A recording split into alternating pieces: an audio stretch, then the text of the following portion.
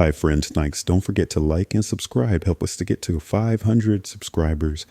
Thank you. All right, so let's talk about Venus conjunct Mars. We talked about Venus trine Mars and Venus square Mars. Let's talk about conjunct.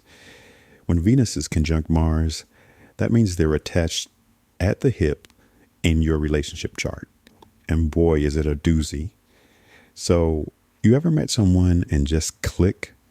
Like you brush shoulders at a bookstore and suddenly you're planning your weekend, you're planning your wedding, and you're planning your wills. That's a Venus conjunct Mars.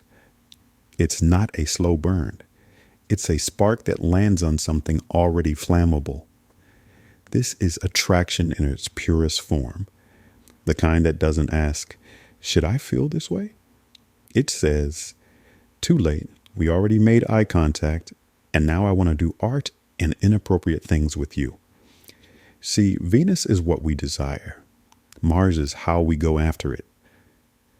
When they're conjunct, they're sitting in the same booth, sharing fries, whispering, let's fall in love, and then make questionable decisions together.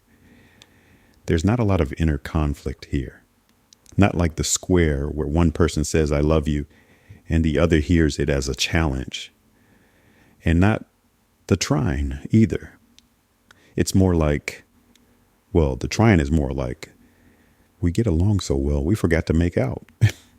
No, the conjunction is urgent. It's we vibe, we match, we might accidentally start a band. In Synastry, this aspect creates a very physical, very mutual attraction. There's often this unspoken understanding, like your energies are wired for the same frequency of closeness and pursuit. One initiates, the other meets them there. It's not about who chases and who flirts. It's both of you skipping the pretense and getting straight to the, so what are we? But here's the twist.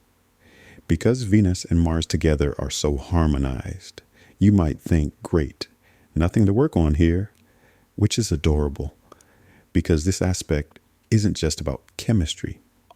It's about integration. That's the Jungian part, the fusion of anima and animus, the merging of inner lover and inner fighter. Okay, enough of that psychobabble. But when this shows up between people, it can feel like destiny. But it's also a mirror for how comfortable you are being both soft and strong at the same time. It asks, can you hold desire and respect? Can you give affection without performing? Can you move towards someone without losing yourself in the motion? Because sometimes this dynamics burns too hot. People forget to slow down and observe. They move so fast into we that they miss the quiet parts of me. So it's not about resisting the connection. It's about channeling it. Because when Venus and Mars are conjunct, that energy wants to build something, a passion project, a shared dream, a wildly enthusiastic weekend plan that ends in IKEA and deep vulnerability. Real life example. Two people with this aspect met on a Tuesday, kissed on a Wednesday, and by the weekend were combining Spotify playlists and cooking pasta like they'd been together for years. It wasn't toxic. It wasn't drama. It was just now. But they still had to do the work, learning how to pause, how to check in, how to make sure that the magnetic pull didn't override their conscious choice to stay connected. Because the magic of this aspect isn't just that you want each other. It's that you want the same thing at the same time, in the same way, which is rare and beautiful, and exactly why you have to take care of it.